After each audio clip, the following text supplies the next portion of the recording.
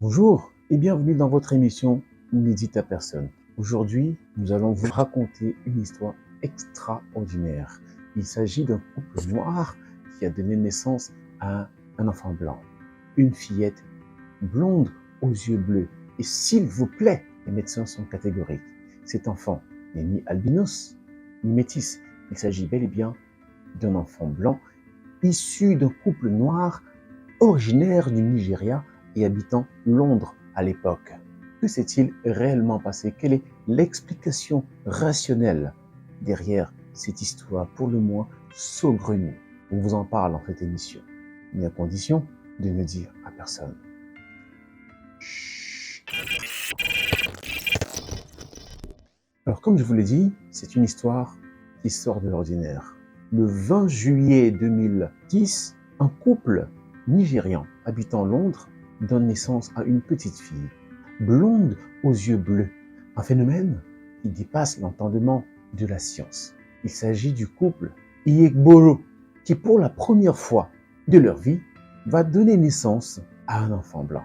Les deux premiers enfants pourtant sont des noirs, mais le troisième a choisi sa couleur. Il se trouve être cependant que ni la femme ni le mari n'a une ascendance blanche, une ascendance européenne dont son pédigré, dont son arbre généalogique.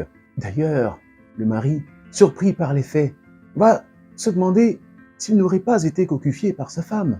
Mais les études montrent que cet enfant est réellement le sien, un enfant blond, aux yeux bleus. Beaucoup de scientifiques expliquent que ce phénomène est possible, mais ils n'arrivent pas à expliquer concrètement pourquoi des parents noirs peuvent donner naissance à des enfants blancs. Dans le cas du couple Iyegboro, les scientifiques sont restés sans voix, car ces parents, comme je disais plus haut, n'ont pas d'ancêtres blancs et ont déjà eu 2 enfants à la peau foncée.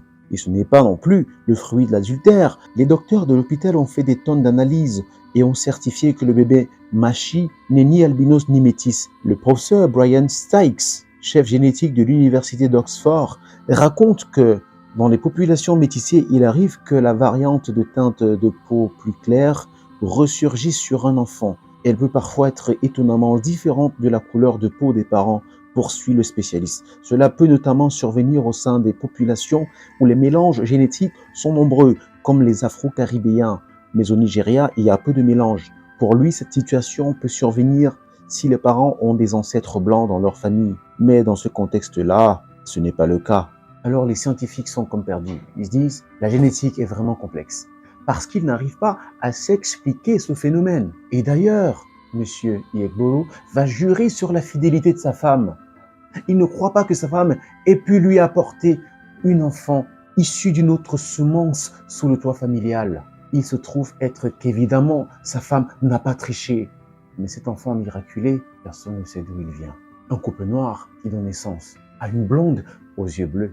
Pour les scientifiques, la probabilité de parents noirs ayant un enfant blanc peut être le résultat d'une mutation génétique dont les parents seraient porteurs, c'est-à-dire que la mutation s'est produite dans les cellules reproductrices de l'un des 2 parents et cette mutation serait dominante. Face à ce phénomène quelque peu extraordinaire, on est en droit de dire que certains phénomènes comme le racisme, n'a pas de sens. Cela nous fait réfléchir en même temps. Vous savez, on nous dit que l'Afrique c'est le berceau de l'humanité, qu'en fait l'homme originel était noir et que suite aux migrations, certains hommes ont perdu de leur pigmentation.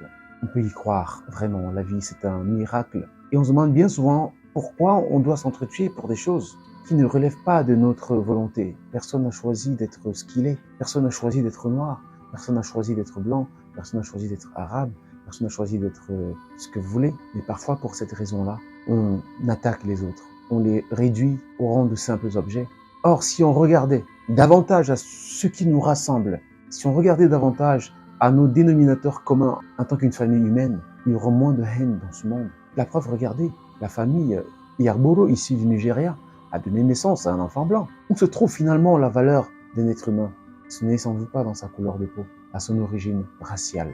La valeur d'un être humain n'est pas dans ses artifices extérieurs de différenciation. La valeur d'un être humain, c'est dans son être profond, et non dans le paraître. Alors je vous invite, je ne sais pas si l'étude a évolué, pour ceux qui regardent cette vidéo, les scientifiques qui regardent cette vidéo, qui ont eu vent de cette histoire, est-ce que ça a évolué? Qu'est-ce que la science a pu dire sur ce phénomène miraculeux? Un couple noir, originaire du Nigeria, qui a donné naissance une fillette blonde aux yeux bleus. J'attends vos réponses en commentaire, vos sentiments en commentaire. Et l'émission s'achève ici. J'espère qu'elle vous aura plu, que vous en avez tiré de la graine. On se donne rendez-vous à une prochaine édition de votre émission Ne dites à personne.